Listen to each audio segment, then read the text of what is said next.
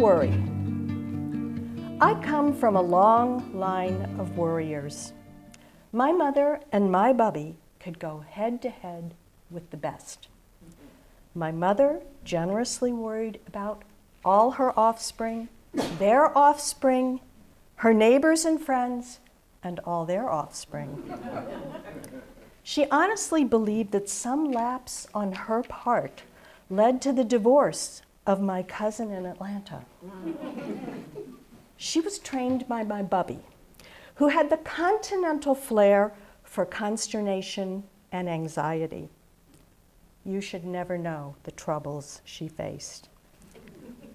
Bubby's greenhorn husband was a tailor who augmented his income with his work as a cantor at the Orthodox shul and decimated it with poker playing. Then he got Parkinson's and died very young. Yeah. Through it all, Bubby managed to maintain a high level of blood pressure while still supporting 3 children. Later in life, she focused on her grandchildren, especially me, the eldest. She would sit in a straight-back chair in the darkened living room and wait until I got home from every single date. "Oy," she would gasp, "it's so late. Thanks God you're home."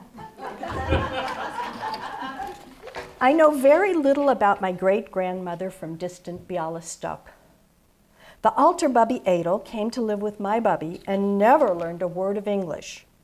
Only one direct quote, translated from Yiddish, passed down from my bubby to mom and from mom to me, remains of my great-grandmother's wisdom. Don't ever go out on New Year's Eve. That's when the thieves try their luck for the year.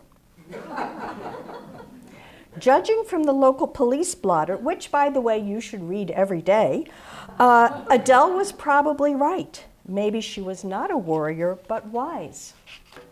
I am a warrior. Therefore, I can tell you from first-hand experience that it is essential to wake up early. There's nothing like those dark hours before dawn to attend to the task. As my mother liked to say, the early bird gets time to worry. But always remain in bed. A horizontal position is more favorable to anxiety than standing or sitting. In fact, I would advise you to avoid all forms of exercise. However, I have found that the deep relaxation period of yoga affords an excellent opportunity to worry. But as I was saying, early mornings are ideal. The snoring of your dogs and husband provides the perfect backdrop. No one can bother you as you warm up your thoughts to consider whether you should wear the new turquoise sweater tonight out to dinner because you're going to eat Italian and you might spill something on it, or whether your scratchy throat is due to a virus or whether germ warfare has broken out. How will you know when you are reaching acceptable levels of worry? Certain physical manifestations are reliable indicators. As your full gamut of worries is settling in, you may feel a twitch over your right eye, a rasp in the throat, a crick in the neck, and or acid in the stomach. These feelings all spiral downward to the definitive destination of all anxiety, acute spasm of the lower back. Do not tell your husband what's got you so worked up, because he'll trivialize your efforts. Or he might say something so wildly rational that it could anger you and destroy your momentum. Honest, heavy-duty worrying requires concentration. Your girlfriends can be counted on for support. While my son was studying in Israel, my girlfriend Joan gave me daily updates on terrorist activities. True. From her online resources and email friends. Remember that worrying is an essential practice in many religions. At least one can infer the mandate to worry if it is not explicitly stated in the text. I think we can assume, for example, that Lot's wife looked back at Sodom because she worried whether she remembered to lock the front door. She was a pillar of caution.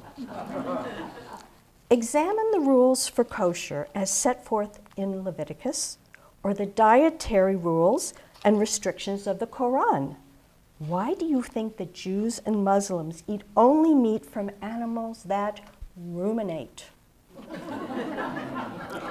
That ability to bring the food back into the stomach is similar to a practice that you should always follow. Replay all events, conversations, and encounters in order to see whether you might have said something embarrassing, hurt someone's feelings, or exposed yourself to a dreaded disease. Consider the Zen Buddhist meditation about the sound of one hand clapping. You need to know how that poor person lost a hand. Finally, the ancient Greeks provide us with the illuminating image of Atlas carrying the world on his shoulders. This is how you should feel every day when you awaken, if you follow my advice. Never get behind in your worrying. What if you stopped worrying and someone you know lost her job or, God forbid, had a miscarriage? Could you sleep at night knowing that you hadn't been there for them? Yours is a huge responsibility. What if you stopped worrying and your children never learned how to go about it? You have a legacy to pass on to them. But most of all, you need to be there, one step ahead of disaster. 4 days after Hurricane Katrina, a while ago, I met a mother at the grocery checkout whose daughter had just started at Loyola University of New Orleans. Family, friends, and neighbors had thrown a party to fill a trunk with clothes and small appliances. All of them had to be left behind. The mother was so grateful that her daughter was back home in Illinois, safe and sound. She confessed to me, of all the things I worried about sending my daughter to school in New Orleans, the last thing I ever thought about was a hurricane. There, my friends, was a mother who clearly hadn't been thorough enough in her apprehension. So, do not let down your guard and wear your mantle of worry proudly. Like my neighbor Roberta, who tells the world, worrying is my best thing.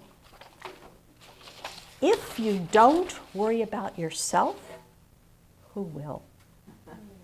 If you worry for yourself alone, who are you? And if you don't worry now, when? Thank you.